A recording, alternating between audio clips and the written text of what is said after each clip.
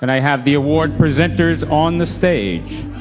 One of these men goes home with a second place $50,000 check. The other man goes home with the 10th Mr. Olympia contest title and a $110,000 check.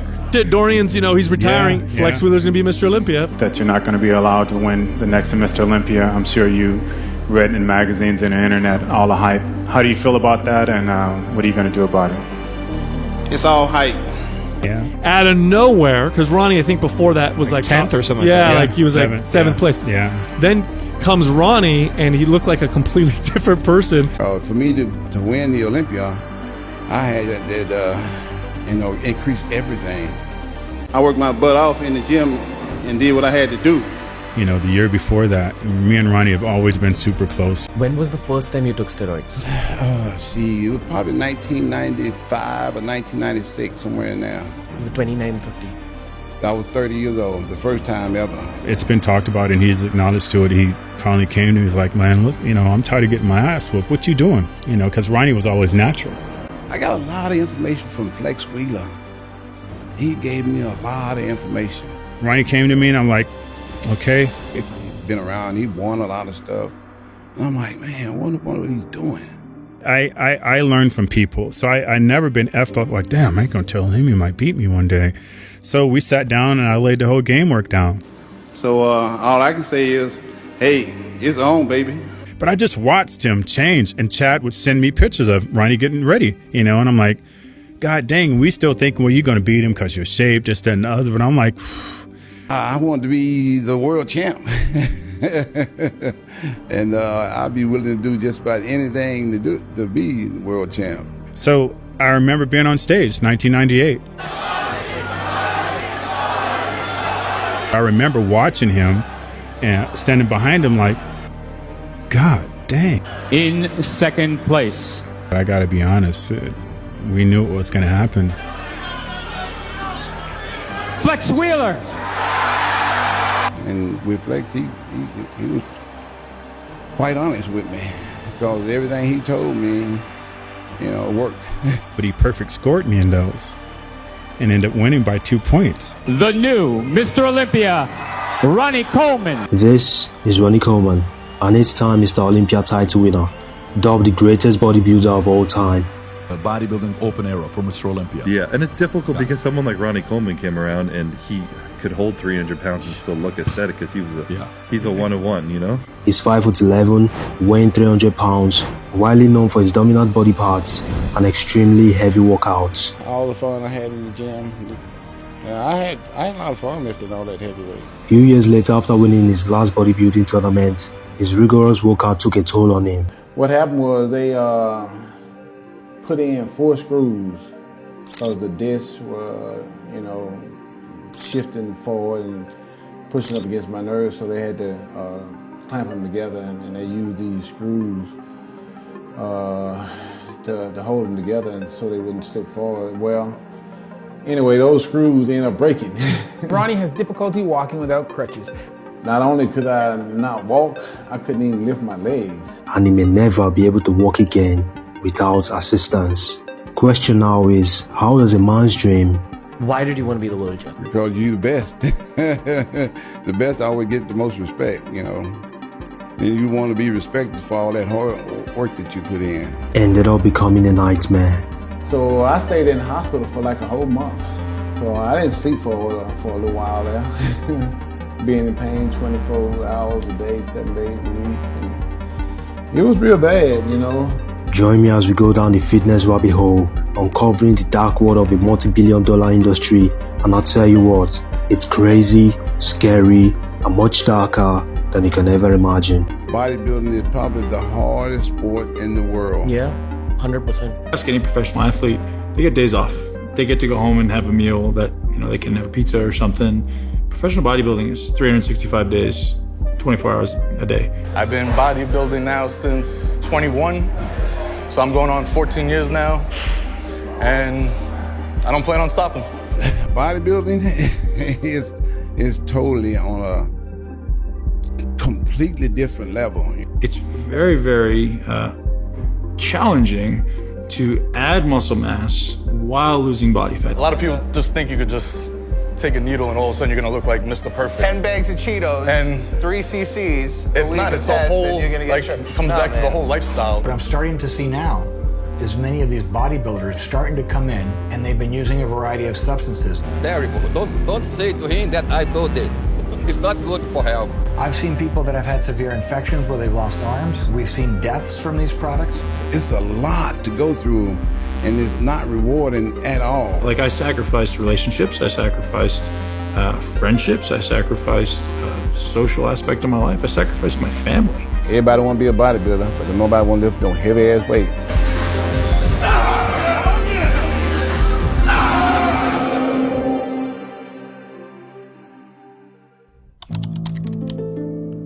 The bodybuilders we see now were not always like this. In the 1800s, this was what the bodybuilders looked like, the ideal body type. Those bodybuilders were training 2 to 3 times a day, really focused on looking at their body like a piece of art, like a sculpture. But as time goes on, things started to change. Inventions were made, scientists were revolutionizing the way we see science, and gradually, humans were becoming more bigger than usual. Who would have thought this lad right here is only just 20 years of age? That's crazy. Sam Sulek is a one of one. I had a chance to be around a lot of athletes, and he's 20, 21, how old is he? I think he's 21. He's a one of one. He's a Brock Lesnar for bodybuilding. As the days goes by, unrealistic expectations keep happening. We are now in the era where the impossible is becoming possible, and now nobody wants to look real anymore. Looking from the women's perspective too, there was a time where looking slim was sexy. Then gradually we got to a stage where some women could literally kill themselves just to have a curvy body. I understand that I'm putting myself at risk by trying to get the biggest world's Guinness records, yes. It's just, I want to be known for something. And now it's not just about getting a curvy body, but an unrealistic curvy body. I'm living in another world that I'm not living in that world. So it's pretty difficult, I think, but no one can stop me. And that is where plastic surgery comes in. So what are we saying here? It's the 21st century. There is advancement of science and technology. It's now easier to get a banging body in a matter of weeks. With the right food, workout schedule, and supplements, everything have been made easier. But no, what we all want is an unrealistic body, just like our favorite Hollywood stars. And this is where it becomes darker. How do you do that? I'd like to know. How does one do that? It was crazy. I mean, aside from the training, which was literally, it consumed my life for a while. Did you have to do anything different for this? I did. You know, this particular, with every role comes a different training program, but this one in particular was about 12 to 14 weeks of diet, conditioning, training. I don't think I've ever quite trained as hard physically or in that respect. You got in crazy shape for this movie, apparently. I did. The fact that I was so scared of it just kind of felt like that's exactly what should be done.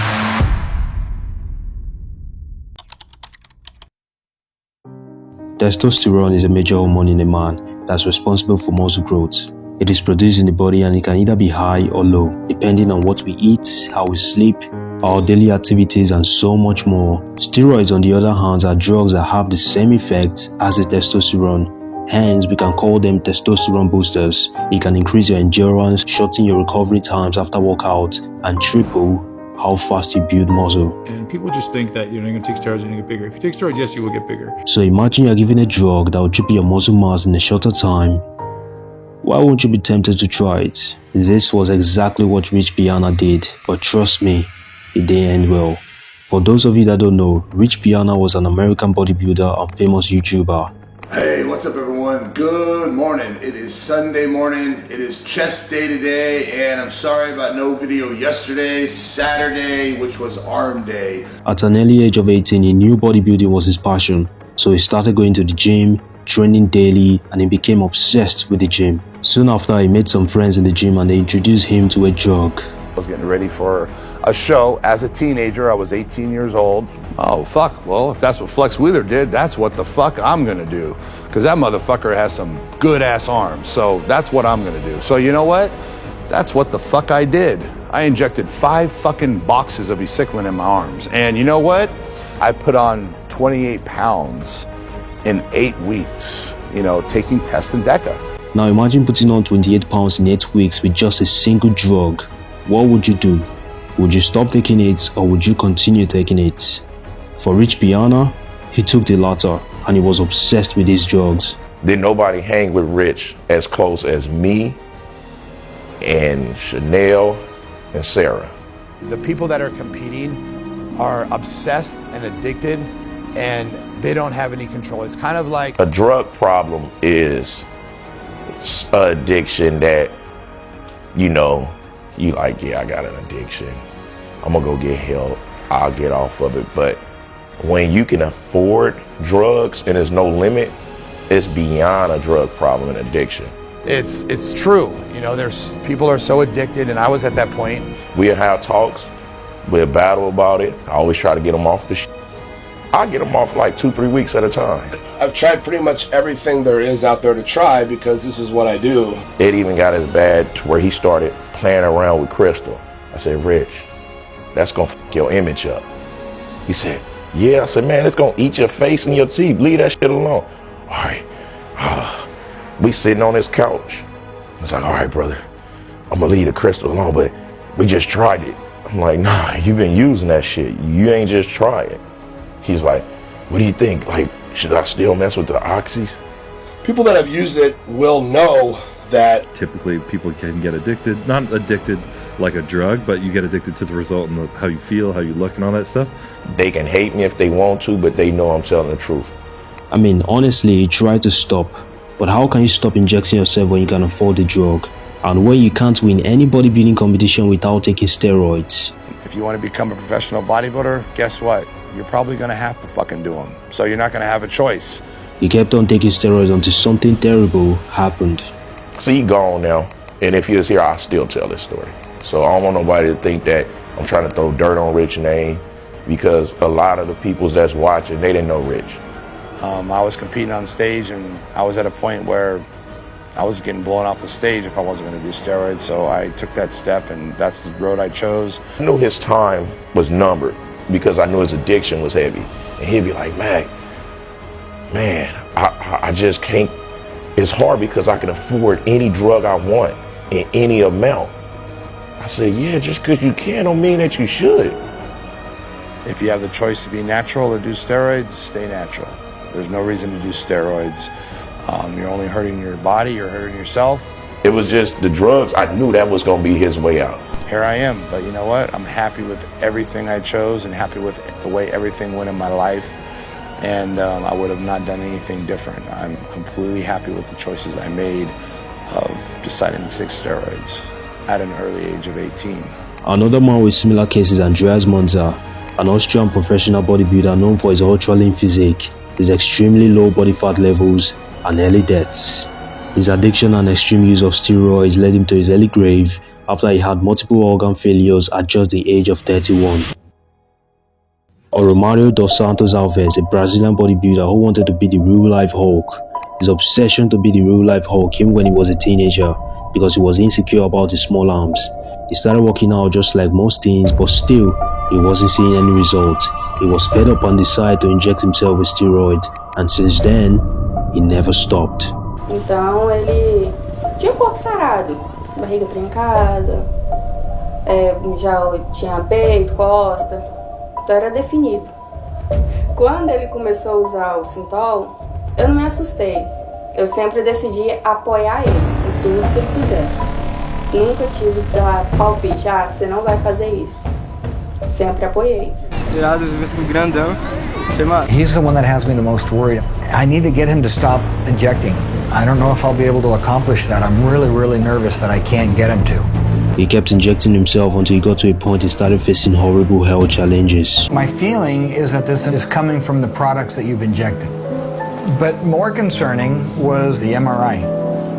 How serious is it? That's normal muscle.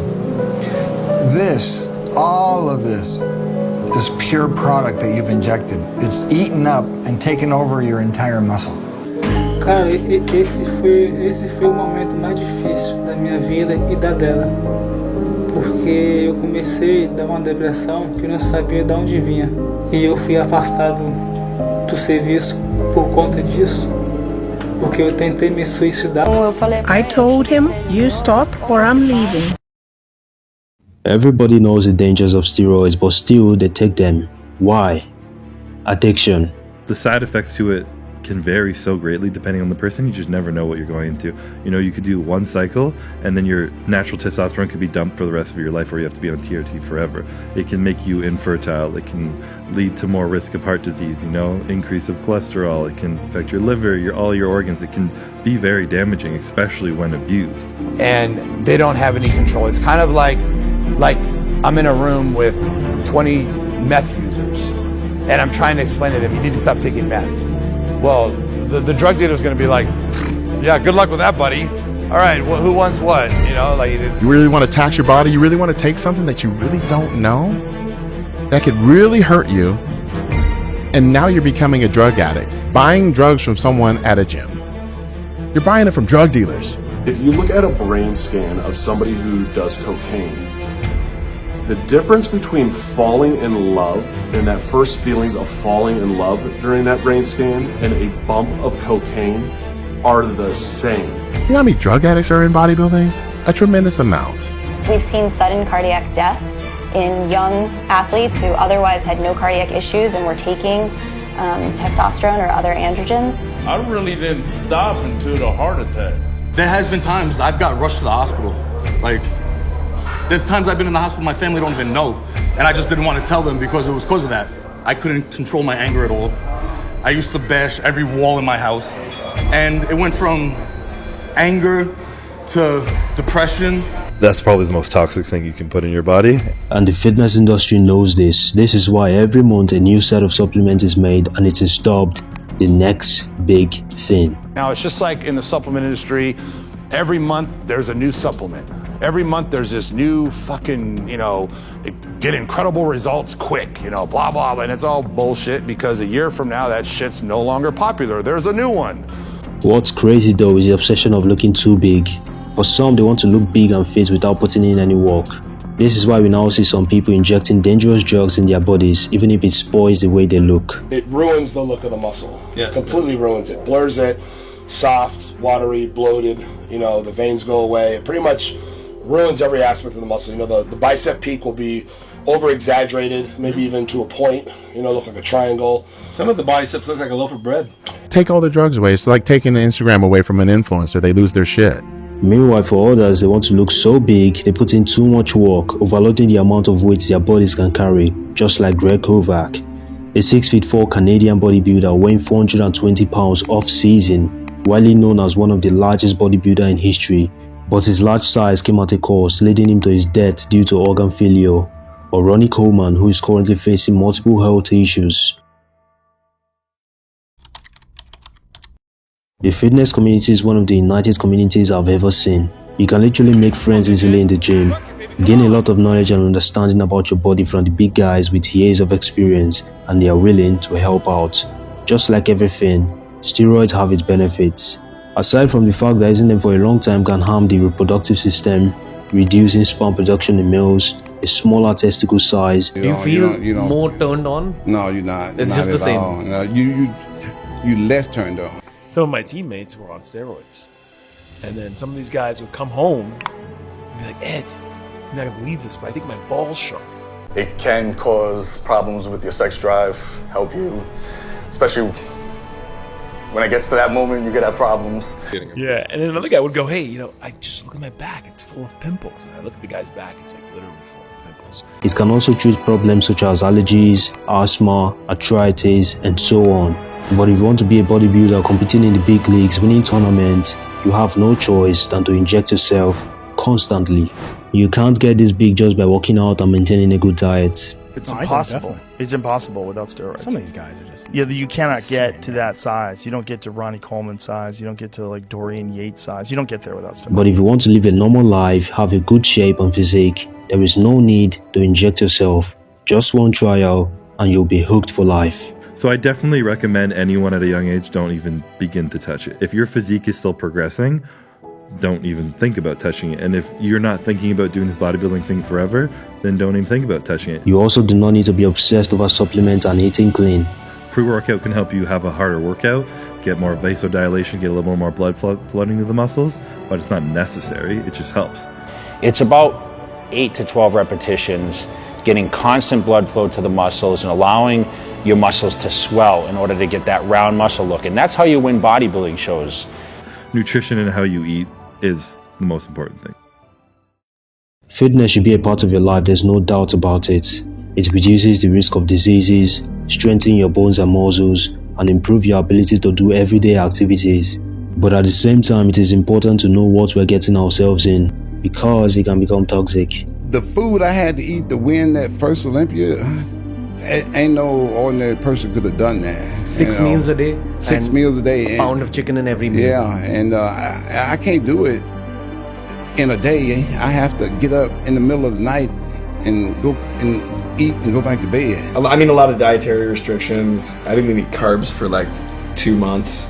The hardest part was eating. You know, you just have to eat a ton of calories. You have to eat regardless of whether you're hungry or not, you know. Eating everything all the time. It sounds awful. See, you think it sounds nice, but it's not just like cheeseburgers. I mean, you have to eat like these just bland, naked pieces of chicken and rice. And it's not that appetizing. Right. I was eating so much chicken breast that the hardest part about it was actually chewing it all. So I would just put it into a blender, blend it all up, and just drink chicken. Do you poop a lot?